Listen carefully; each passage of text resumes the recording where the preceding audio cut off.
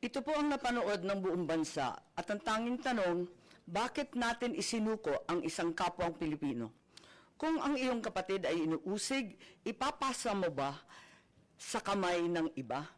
Kung ang iyong ama o di kaya ang iyong lolo pa, matanda na at may sakit, kinakaladkad palabas ng inyong tahanan, manonood ka ba na parang wala lang? Ganito ang nangyari ngayon. Isinuko natin si Rodrigo Roa Duterte sa dayuhan na para bang wala siyang sariling bayan, na para bang hindi na natin kayang humusga sa sarili nating tahanan. Here we are watching as a fellow Filipino, a leader, a father, a grandfather, a man who served this country is taken not by his own people, but by outsiders who claim the right to judge him. Sabi nila, batas ang dapat manaig. Tama. But whose law? Ours or theirs? Since when did the Philippines become a province of The Hague?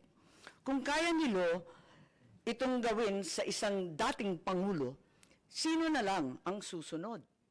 If they can march into our house and take one of our own, what stops them from doing it again and again?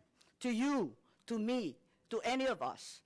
What protection can we guarantee our OFWs eking out a living overseas? This is bigger than Duterte.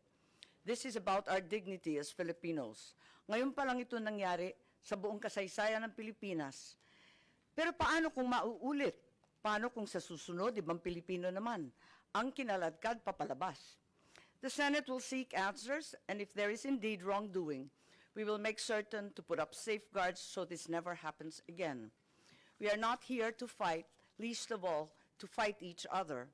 We are here to find the truth, because a country that does not demand answers will always be at the mercy of those who dictate the questions.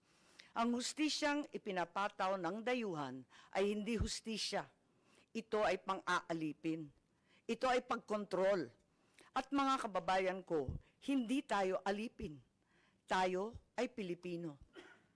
At kung Pilipino ka, hindi mo kailanman isusuko ang iyong kapwang Pilipino.